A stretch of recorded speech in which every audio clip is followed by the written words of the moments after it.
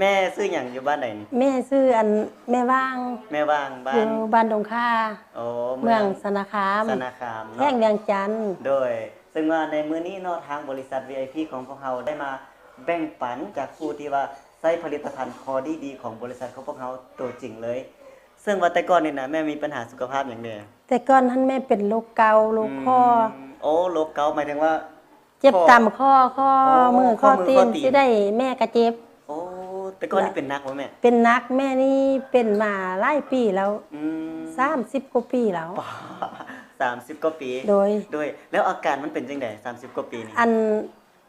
มันเจ็บแล้วมันก็สิลุกบ่ได้ข้อก็สิไข้ตามข้อเนี่ยแล้วแม่ก็ซื้อยามากินก็พอแต่ทุนเราวันนี้แม่เป็นมา30กว่าปีนี่อาการมันรู้สึกว่าปวดแฮงแล้วทีนี้แม่มารู้จักกับมันถังเซานี่นะแม่ได้แนวใดแม่เวลามันนี่ก็ได้ฮอด2เดือนแล้วมื้อเดียว2เดือนโดย2เดือนแล้วเนาะแม่กินถังเซานี่2เดือนเนาะโดยตอนนี้กินเบิดจักกล่องแม่เดี๋ยวนี้กินเบิด2กล่อง2กล่องแล้วอาการเป็นจังได๋เนี่ยหลังจากกินถังเซาอันกล่องที่แรกแม่เอาไปกินแล้วคือว่าเบารู้สึกแล้วยาสุดที่แม่เอามากินนั้นแม่ก็เลยบ่ได้กินแม่เราคือว่าอาการแม่นี่ลิ้นก็ซ่าเป็นลิ้นซ่าปากแห้งแล้วมื้อนี้ก็หลังจากมากินยาอันนี้เราคือว่ารู้สึกว่าดีขึ้นโอ้กินยาถังเซารู้สึกดีขึ้นโดยกินข้าวกระแซมนอนกะหลับอ๋อแล้วหน้าตาก็คือว่าซื่นขึ้นเราขึ้นเนาะโดยแล้วก็ข้อหั่นก็คือว่าบ่ไข้บ่เบ่งแล้วตอนนี้สรุปนี่เป็นจังได๋แม่เรื่องข้อเดี๋ยวนี้สรุปแล้วก็คือว่าไข้หลายแบบถ้า 100% นี่นะแม่ 100% แม่ให้จักเปอร์เซ็นต์ที่ว่ามันไข้ขึ้นนี่ประมาณ80แล้วเนี่ยคันถ้าแม่กินไปหลายกล่องเนาะอันนี้2กล่องนี่น่ะอ๋อก็กินไป2กล่องกิน2กล่องได้แบบ80%แล้วดีขึ้น80%สุดท้ายนี่อยากให้แม่ฝากถึง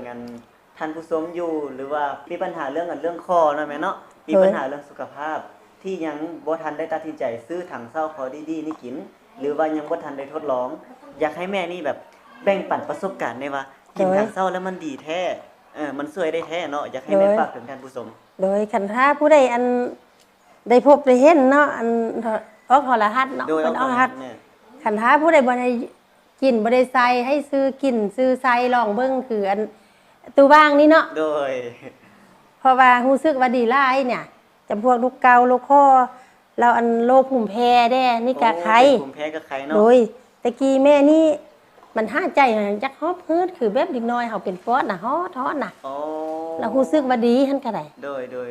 มื้อนี้ก็ต้องขอฝากไว้สำหรับท่านผู้ชมที่กำลังเบิ่งอยู่ยังบ่ทันได้ตัดสินใจซื้อถังเซาคอดีๆนี้ไปลองเบิ่งแนะนำเลยคนที่มีปัญหาเรื่องสุขภาพบ่ว่าจะเป็นพวกปวดคอปวดเข่าก็แนะนำหรือว่าปัญหาสุขภาพอย่างอื่นก็สามารถใช้ถังเซานี้ในการฟื้นฟูสุขภาพของท่านได้รับรองว่าดีขึ้นแน่นอนจากบริษัท VIP เนาะ